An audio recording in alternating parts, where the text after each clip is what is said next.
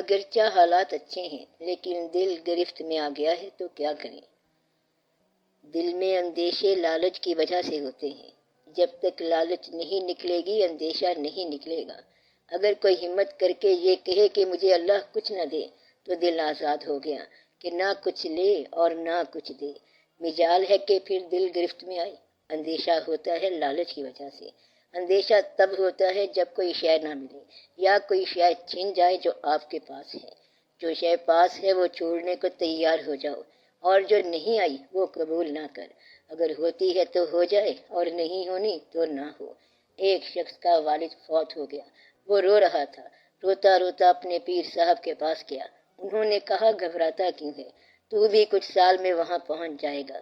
اس طرح اندیشے نکل جاتے ہیں۔ جانے والوں کو جانے دو اور آنے والوں کا فکر نہ کرو۔ حاصل کی پرواہ نہ کرو اور محرومی کا ڈر نہ کرو۔ پھر ڈر کس بات کا اور اندیشہ کس بات کا؟ لوگ خدا سے زیادہ لوگوں سے ڈرتے ہیں۔ سارے غریب ہیں اور اپنے آپ کو غریب کہنے سے ڈرتے ہیں۔ یہ کیوں نہیں کہتے کہ غریب ہیں؟ یہ کہنے سے ڈر ختم ہو جائے گا۔ حالات کیا خراب ہیں؟ زیادہ سے زیادہ مر جاؤ گے۔ جو صحت مند ہیں وہ بھی تو مریں گے۔ ڈاکٹر بھی مرتے ہیں۔ پرانے لوگ سارے مر گئے۔ جن لوگوں کو آپ یاد کرتے ہو وہ سارے کے سارے رخصت ہو گئے ہیں۔ جتنی حقیقتیں ہیں وہ رخصت ہو گئی ہیں۔ جن کے مزار پہ جاتے ہو وہ رخصت ہو گئے ہیں۔ داتا صاحب رحمت اللہ جاتے ہو وہ رخصت۔ میاں میر صاحب رحمت اللہ جاتے ہو تو وہ رخصت۔ بابا شاہ جمال رحمت اللہ بھی رخصت۔ پھر تم کون ہو؟ تم کہتے ہو میں نے رخصت نہیں ہونا۔ انسان یہ سمجھتا ہے کہ میں بچوں کا رکھوالا ہوں اور اللہ تعالیٰ اندیشہ پیدا کر دیتا ہے۔ جیسے تو خود اللہ کی حفاظت میں ہے، بچوں کو بھی اس کی تحویل میں دے دے، پھر کوئی اندیشہ نہیں رہے گا۔ اندیشہ اس لیے ہے کیونکہ بلا وجہ مالک بننے کا دعویٰ ہے۔ انسان سوچتا ہے میرے مریض بچے کا، غریب بچے کا کیا بنے گا؟ اسے دنیا تباہ کر دے گی۔ اس طرح اندیشہ پیدا ہو جاتا ہے۔ ایک آدمی مر رہا تھا۔ اسرائیل علیہ السلام وہاں آیا۔ اس نے پوچھا کون ہو؟ اسرائیل علیہ السلام نے کہا میں وہی ہوں۔ اس نے کہا میں ابھی مرنا نہیں چاہتا۔ میرے پاس کچھ بکریاں ہیں اور میں نے بڑا کچھ بچا کے رکھا ہوا ہے، پہلے وہ ٹھکانے لگا لوں۔ اسرائیل علیہ السلام نے کہا یہ سب چھوڑ اور میرے ساتھ چل۔ کہنے لگا پھر یہ جو پیسے ہیں یہ تو آگے پہنچا دے۔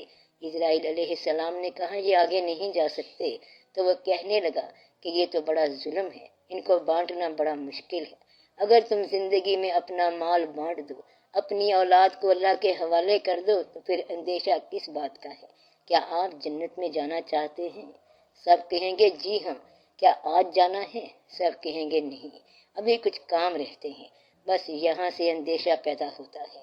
خواہش تمہاری مرضی ہے اور پورا کرنا اس کی مرضی ہے۔ اللہ کی مرضی پر اپنی مرضی چھوڑ دے، پھر سب پورا ہو جاتا ہے۔ یہ فراق وصال کی بات ہے۔ فراق وصال کی ضد نہیں ہونی چاہیے۔ وہ اگر وصال دے تو وصال قبول، اور فراق دے تو وصال سے زیادہ قبول۔ بس یہ ہے محبت کا راز۔ وہ اگر سامنے آئے تو محبت ہو، اور سامنے نہ آئے پھر بھی اس کی محبت۔ اس کو تم پابند نہ کرنا، یہ ہے محبت کی ابتدا۔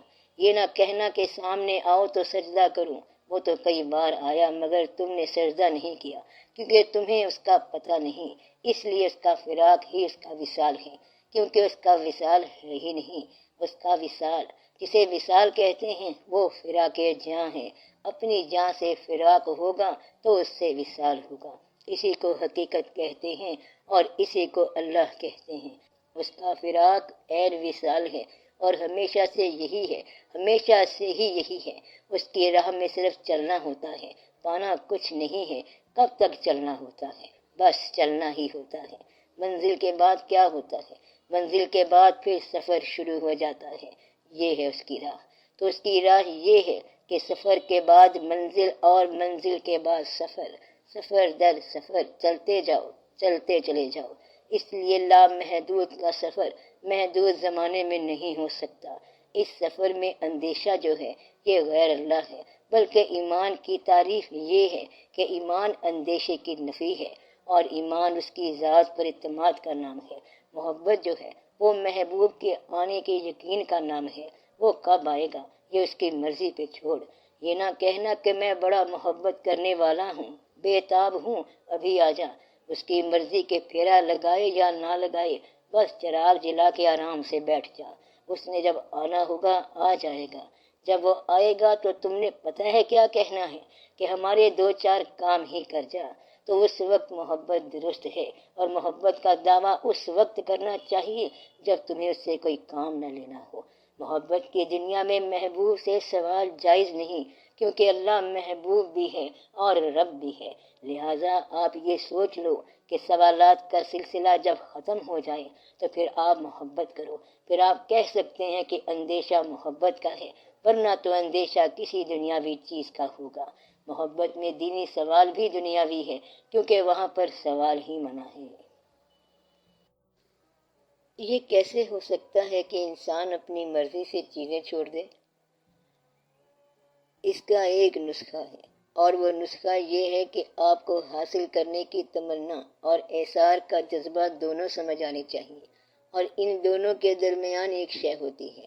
اگر وہ موجود ہو تب انسان اپنی تمنا کو ہینڈ اوور کر سکتا ہے، تمنا سے دستبردار ہو سکتا ہے، اور اس کے لیے ضروری ہے کہ کسی سے محبت ہونی چاہیے۔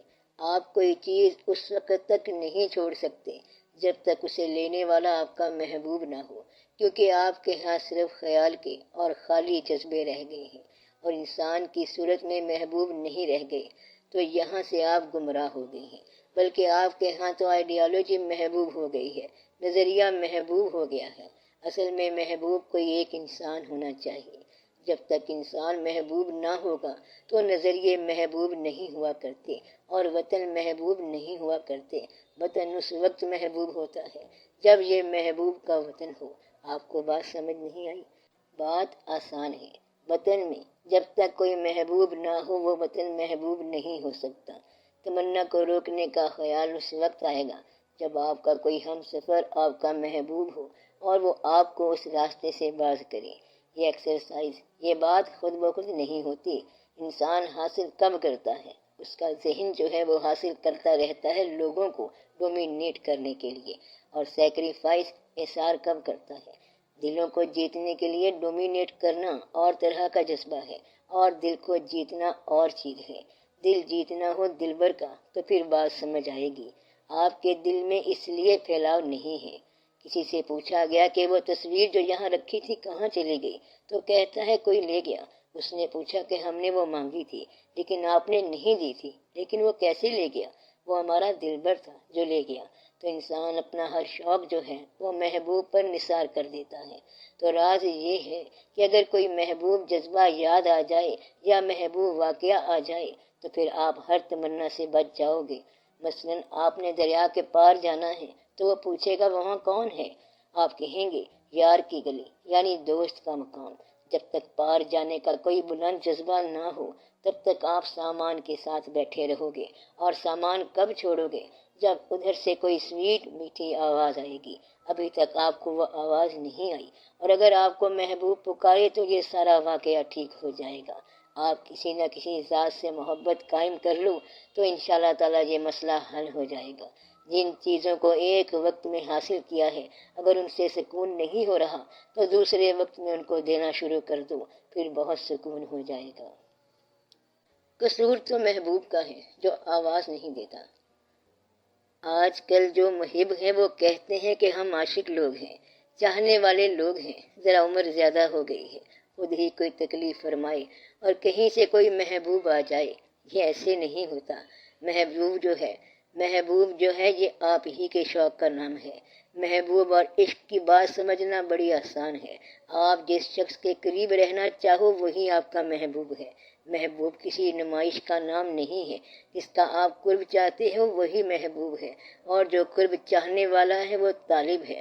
اور یہ جو عشق ہے یہ آپ کا اپنا ہی شوق ہے کہ کس شدت سے آپ محبوب کے قریب رہنا چاہتے ہو۔ وہ محبوب کیوں کہلاتا ہے اور خوبصورت کیوں کہلاتا ہے؟ یہ سب آپ کا حسن خیال ہے اور حسن نظر ہے۔ تو جس چیز کو آپ حسن نگاہ سے دیکھو گے وہی خوبصورت ہو جائے گی، ورنہ چیزیں خوبصورت نہیں ہوتی اور افراد بھی خوبصورت نہیں ہوتے۔ یہ کوئی دنیا کا کانٹیسٹ مقابلہ نہیں ہے کہ جس کو آپ چاہتے ہو ساری دنیا اسے چاہے، لہٰذا آپ اپنے حسن خیال کا خیال رکھو، اپنے حسن نگاہ کا خیال رکھو، اپنی ذات کا خیال رکھو، اپنے انگ انگ کا خیال رکھو۔ آپ دل کے کعبے سے آرزوؤں کے بت باہر نکال دو اور یہاں پر توحید رکھ لو۔ صرف دل میں آپ توحید رکھ لو اور باقی آپ چلتے جاؤ۔ چیزوں کی طرف آپ دیکھو کہ ان کی افادیت کب تک ہے، کبھی آپ نے دیکھا ہی نہیں۔ آپ غور کرو نا، کبھی کبھی آپ اپنے گھر کے پاس سے گزر جایا کرو، پھر سمجھ آئے گا کہ یہاں رہنا کیسے ہے اور یہاں سے نکلنا کیسے ہے۔ اس گھر کے اندر کیا ہے، ہم کیا ہیں، مکان کیا ہے، یہ زندگی کیا ہے اور کب تک کیا ہے اور کب تک کون ہے اور کون کے بعد کیا ہے۔ کیا مجھ سے پہلے کچھ لوگوں نے زندگی کو اپنا نہیں سمجھا؟ مجھ سے پہلے لوگ جو بڑے طاقتور تھے، کیا وہ چلے نہیں گئے؟ میں موت کی بات نہیں کر رہا ہوں، بلکہ میں یہ کہہ رہا ہوں کہ آپ کے ہاتھ سے چیز گر جاتی ہے کیونکہ آپ کی گرفت کمزور ہو جاتی ہے۔ کیا آپ نے پرانے کھلونے ترک نہیں کیے؟ کیا آپ نے پرانے دوست چھوڑے نہیں ہیں جن کے لیے آپ بے تاب ہوتے تھے، راتوں کو اٹھ اٹھ کر روتے تھے؟ اب آپ کو ان کے نام بھی یاد نہیں ہیں۔ کورونا بھی بیکار نکلا، جو آپ ایک ایک کر کے نام بھولتے جا رہے ہو، اپنے کام بھولتے جا رہے ہو، ماضی بھولتے جا رہے ہو، اور آپ سمجھ لو کہ آج کی یہ بات آخری بات ہے۔ یہ بات آپ نہیں چھوڑتے اور پچھلی چیزیں چھوڑتے جا رہے ہو تو یہ بھی چھوڑ دو۔ لہٰذا آپ اس جگہ کا خیال رکھو جہاں جانا ہے، پھر آپ کو بہت آسانی ہو جائے گی۔ اس بات کا خیال رکھا کرو، آپ کا مسئلہ خیرات سے اور اعصار سے حل ہو جائے گا۔